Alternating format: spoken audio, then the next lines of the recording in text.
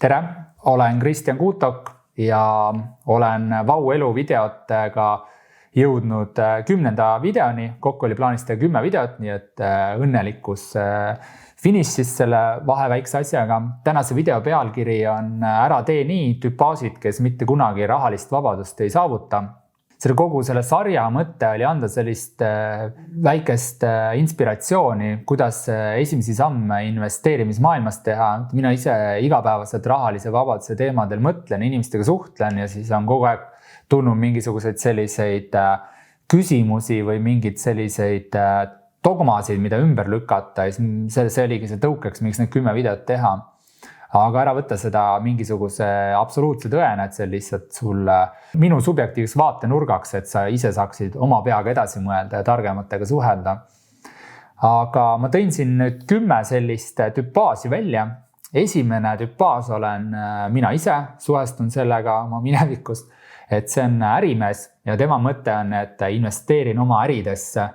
Et sellepärast ta nagu rahalist vabaks ei saagi vähemalt mingi aeg, kuna ta kogu aeg lähtub ainult sellest, et ma panen kõik oma raha enda äridesse, kuhugi mujal mul investeerida ei ole vaja, et sa nagu alateadlikult panustad see nagu ühele kaardile.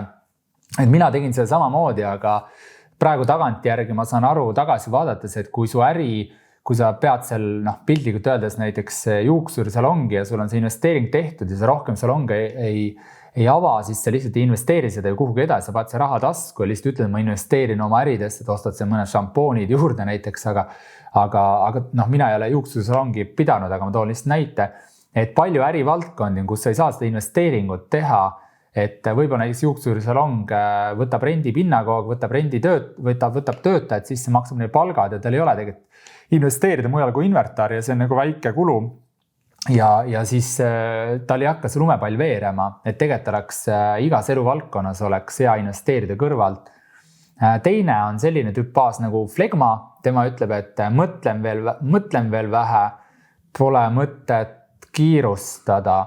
Ja selle mõte on see, et sa võtad nagu rahulikult seda asja, nagu mingisugune see tegelane Kaabuga, kes oli seal Nuuski Muikkonen muumitrollides vanasti.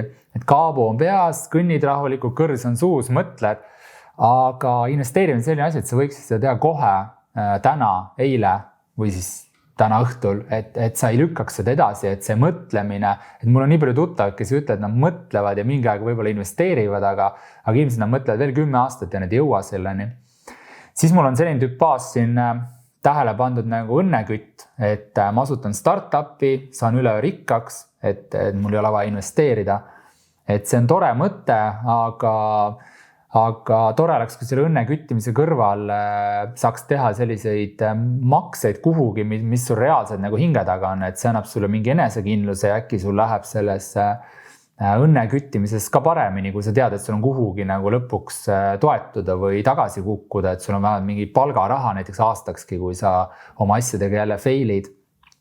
Siis mul on selline ärapanija, negatiivne Ida-Euroopa tüpaas, et ta ütleb midagi sellist, et need investorid varsti on kõik käpuli, et kuhugi nad ei jõua oma selle investeerimisega, kes on tegelikult nagu kade nende peale, kes on seda pingutanud ja raha kõrvale pannud ja investeerinud ja siis ta üritab endale nagu öelda, et nad on nõmedad jobud, et varsti nad niikuinii kukuvad sealt alla oma mingi 100 000 euroste investeeringute pealt. Et tegelikult see muidugi tõele ei vasta, sest kui sa investeerid ju millegisse jäävasse aktsiatesse, kinnisvaradesse, et see vara jääb sul ka pärast kriise, võib-olla küll 30% vähem või midagi sellist, aga see ei kao sul ju täiesti ära. Siis on mul selline peibe tüpaas siin, mul mees tegeleb raha asjadega, et põhimõtteliselt mina sellega ei suhestu.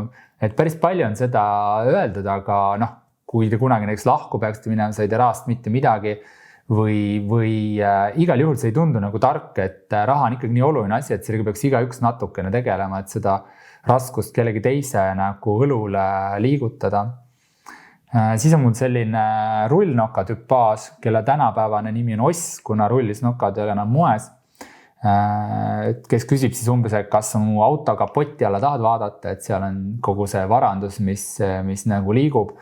Aga hakkan praegu mõtlema, ega ma ise see ei ole. noh, pisut ütleme, aga mitte õnneks väga palju. Et ütleme, selle all oli mõeldud seda, et kui sa investeerid oma hobitegevusse või sellesse ja sa oled selles nii fiks, siis rahalist vabadust sul kunagi tekkida ei saa, kui see kõige suurem investeering sul kapoti all on. Siis on selline tüüpaas nagu elumees. Tema nagu jutt on umbes siuke, et käisin Tais, tegin seal 30 vennale joogid välja, panin kõik laua peale, kõik pudelid, värgid. Et noh, põhimõtteliselt elad ennast välja läbi selle, et palju sa kulutad ja kui palju sa oma sõpradele meeldid ja väga raske on sealt nagu kuhugi nagu edasi minna rahaliselt.